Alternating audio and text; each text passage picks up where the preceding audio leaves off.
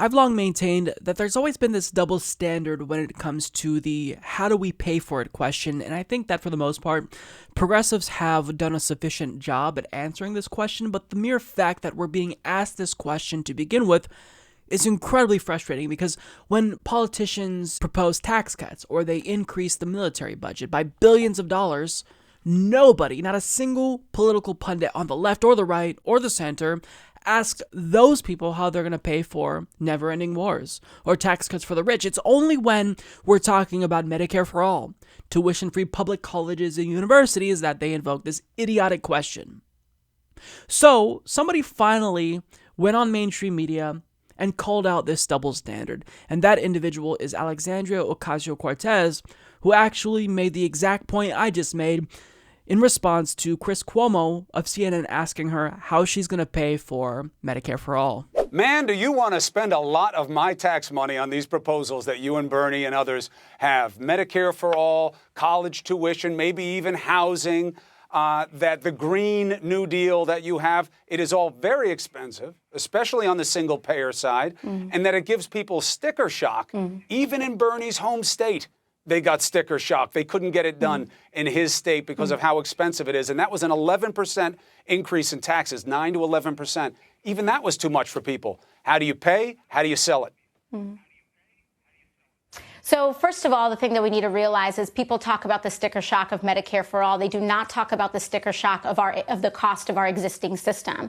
You know, in a Koch brothers funded study, if any study is going to try to be a little bit slanted, it would be one funded by the Koch brothers. It shows that Medicare for all is actually much cheaper than the current system that we pay right now. And let's not forget that the reason that the Supreme Court upheld the Affordable Care Act is because they ruled that each of these monthly payments that everyday Americans make is a tax. And so while it may not seem like we pay that tax on April 15th, we pay it every single month, or we do pay a tax season if we don't buy, these plans off of the exchange. So we're paying for this system. We Americans have the sticker shock of healthcare as it is. And what we're also not talking about is why aren't we incorporating the cost of all the funeral expenses of those who die because they can't afford access to healthcare? That is part of the cost of our system. Why don't we talk about the cost of reduced productivity because of people who need to go on disability, because of people who are not able to participate in our economy,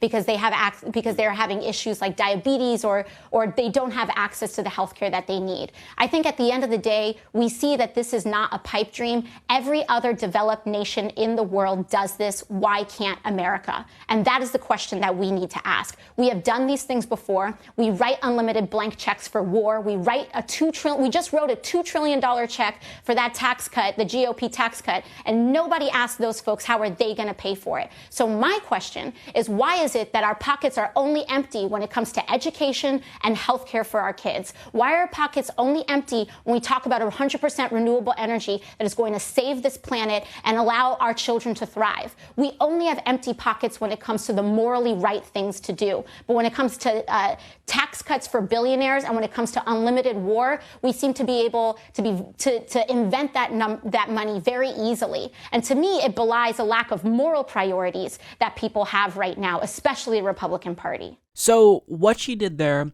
was powerful. It was a point that's so important that the mainstream media needed to hear it. But unfortunately, I think it's probably going to be the case that it goes in one ear and out the other. Because even if it's the case that this absurd double standard keeps coming up and pundits keep asking progressive politicians how they're going to pay for Medicare for all, they're still not going to ask this question to Republicans when they propose tax cuts for the rich or every time the military budget goes up. So even if she made a sound argument against this double standard, it's probably not going to make a difference in reality. But at the same time, it's still important that she made this point. And I want to read the quote back to you. Even if we all just saw what she said, she made such a powerful point. I want to read it back because I really was impressed by her.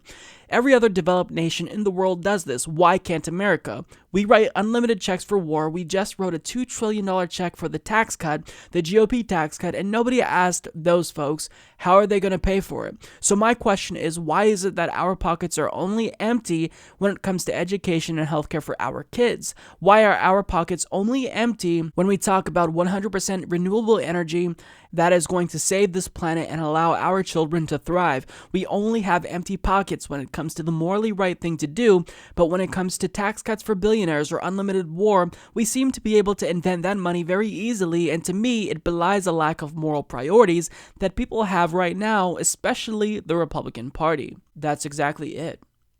And this is always my question to conservatives, because I talked about this when the Daily Caller journalist went to an Ocasio-Cortez rally, and she said it's really easy, to get caught up in this idea that our children deserve healthcare and education until you kind of stop and, get a dose of reality and think, well, how are we going to pay for this?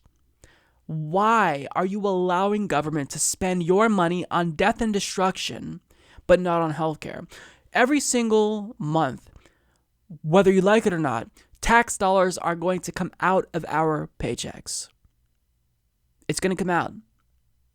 Why aren't you demanding that you get a return on that investment? Why aren't you demanding that those tax dollars actually benefit you? Why is that such an absurd thing to do? For us to ask that our tax dollars not go to more wars and to actually fund healthcare, things that would help Americans. I mean, that's the whole point of tax dollars, right? We pay tax, we pay into public services, public goods. That's supposed to help us. But conservatives are perfectly fine with tax dollars going to wars. And I find it absurd. The minute we start talking about paying for Medicare for all, they can't handle it. People in mainstream media melt down. Look, these are rich people that don't know what ordinary Americans deal with. Chris Cuomo can talk about, this sticker shock, I don't want to pay for, I don't want to have my taxes increased to pay for healthcare. I don't know if that's his position, but that was certainly implied in his framing of the question. But he's not calling out the government spending millions of dollars to drop bombs on the Middle East and North Africa. He's not concerned at all with us sending dollars and weapons to Saudi Arabia to commit genocide in Yemen. He's not concerned with that. It's only when healthcare comes up, that's when they start talking about the cost and how we're going to pay for it. It really does show how morally bankrupt we are, how ass backwards our priorities are as a nation.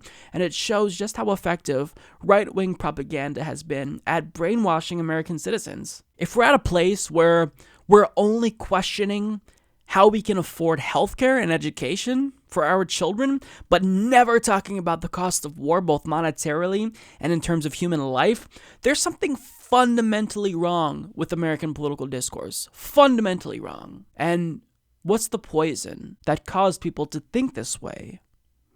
It's right-wing propaganda.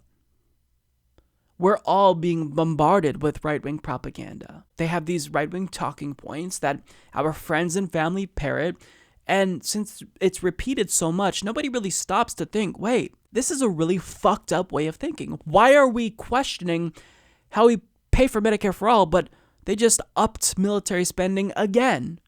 We're spending more than $700 billion on the military. That's what, 60% of our discretionary budget? Why is it okay for us to constantly increase military spending, but the minute we talk about raising taxes a little bit on the rich to pay for Medicare for all, it's absurd. Our priorities are so ass backwards in America, and it's 100% due to right-wing propaganda. So the fact that Ocasio-Cortez went on mainstream media and made this point and called out this double standard, that's really powerful. I don't think it's going to have that much of an effect unless we all start making this point and we kind of push back with equal ferocity against right-wing propaganda. But at the same time, just to hear her say it was really refreshing. And I was very happy that she made this point. Support this podcast by becoming a patron at patreon.com/Humanist Report.